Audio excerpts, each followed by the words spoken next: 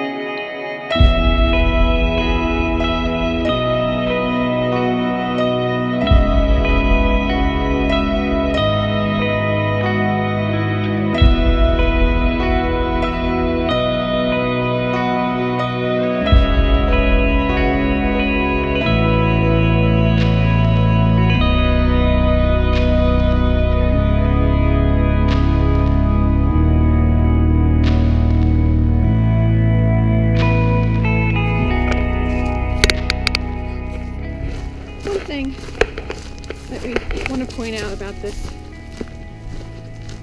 vlog is these are ideas and simple things to do on a budget. This is not us going out saying, hey, we're promoting this, that, and the other thing, and get the most expensive stuff to go out on your trails or what have you. We go hiking, as you can see. We'll be going camping. We're also certified scuba divers, so we'll be doing that as well. And we are both trained in firearms as well. So we'll probably take you swimming. Yes. So these are all things that you can do on a budget. You don't have to break the bank to go out and enjoy yourself. So just want to make that one point.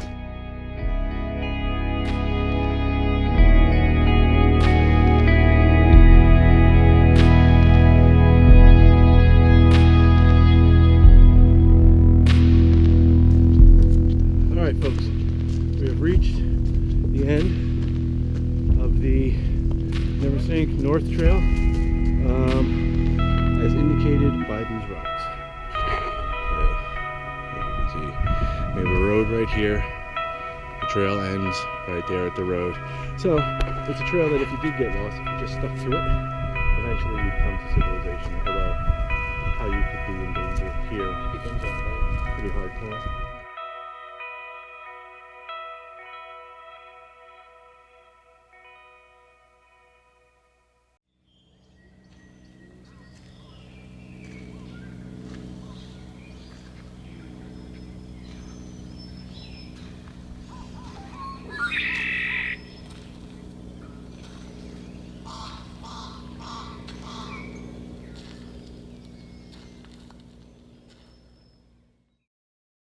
Essential item number one has to do with navigation.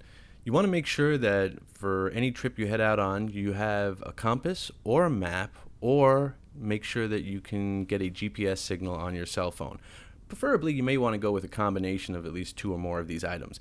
Make sure you know how to use them. Map isn't going to do you any good if you don't know how to read it. I personally bring a Landsat compass with me, and I'm familiar with how to use it. So make sure that you have one of those items and that your hike doesn't take longer than it needs to. Number 2 is sun protection. Even on the cloudiest day of hiking, guys, you're always exposed to UV. You can never be too careful, so bring plenty of sunblock, even a pair of sunglasses. A hat might not be a bad idea. You might be hiking in places where there's not a lot of cover, so play it smart. Bring protection.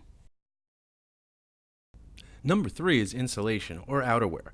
No matter what the weather's doing, you always want to have a couple extra layers available to you. Remember to go with the wool or synthetic stuff and stay away from the cotton stuff. Like the green and white jacket here, it's synthetic, it'll keep you dry, and it'll add an extra layer to help keep you warm. Number 4 is illumination. Even if you're only planning to hike out during the day, it's always good to bring a headlamp or a flashlight with you. Make sure they're charged before you leave the house.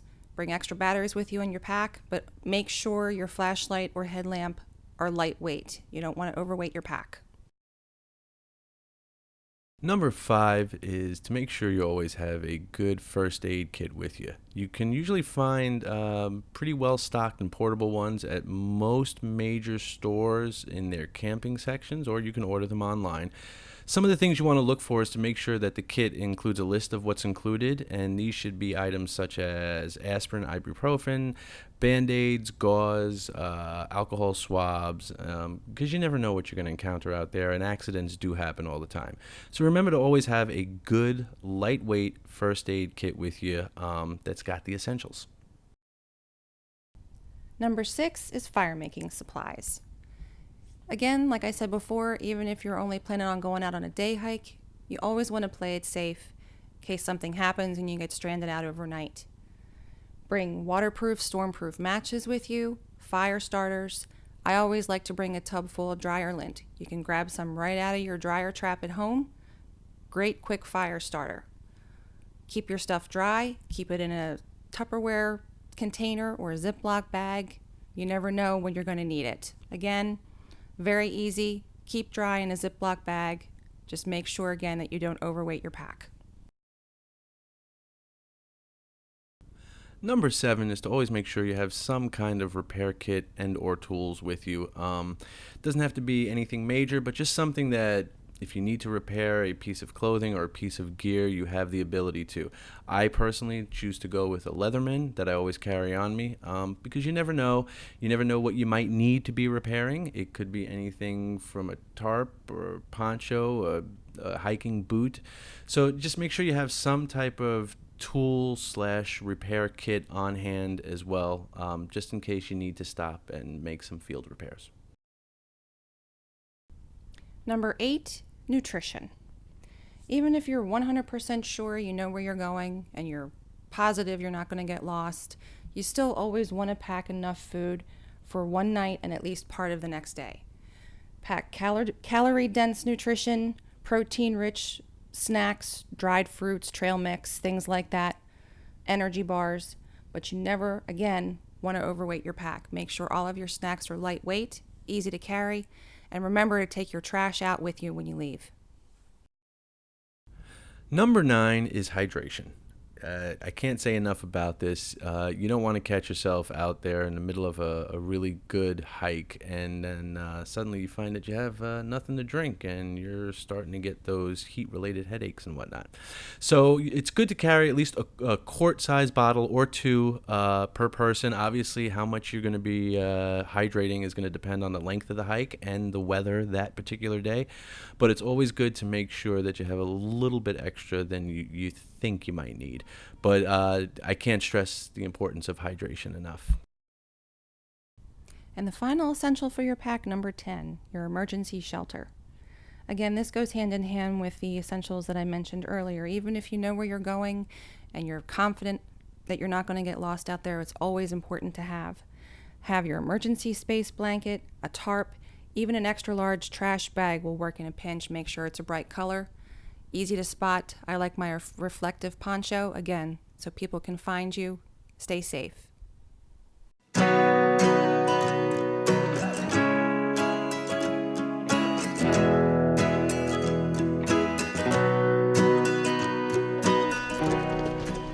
Hey guys, it's Jay and Jen. We're here at the beginning point of our hike to Pinnacle Peak. We are starting here on Reservoir Road, which is where everyone, as you can see, starts their trek. So yeah, we'll make some stops along the way and let you know how we're doing. Point of no return, people. This is the crossroads. This is the Y in the road. You go left to the baby trail, or you go right to the top of the peak, which is 1,600 feet. 1,600 feet elevation.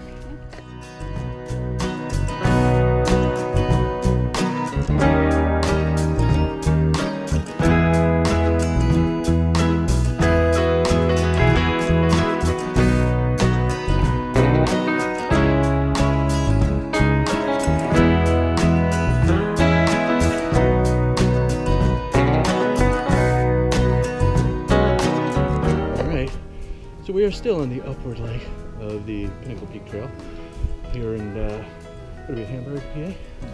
Hamburg PA. So that lets you know where we've been. Just to give you an idea, if you look through the trees, you can see the elevation we've kind of done so far. And if you look behind me, that's where we got to go, and that's just part of it. So yeah, all right. So we are at Pulpit Rock.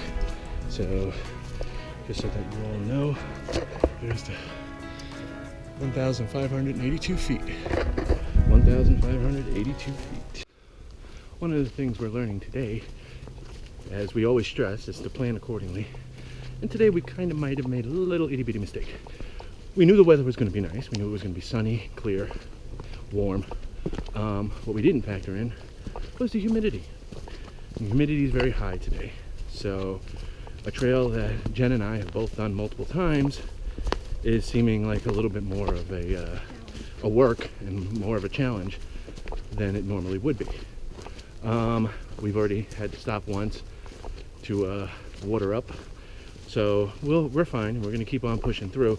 But just as a note, this is why you should always remember, check the weather. Don't forget about that humidity, because whatever the temperature is, that humidity is going to make it feel a lot worse.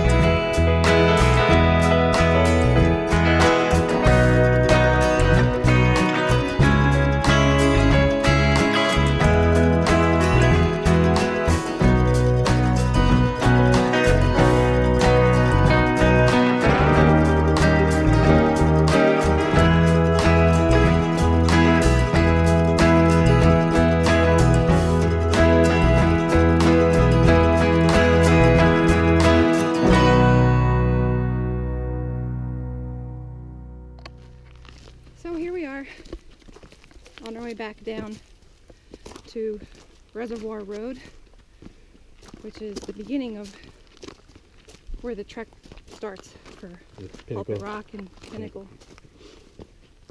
And I have to say, so far, it's been a challenging journey, as we said earlier.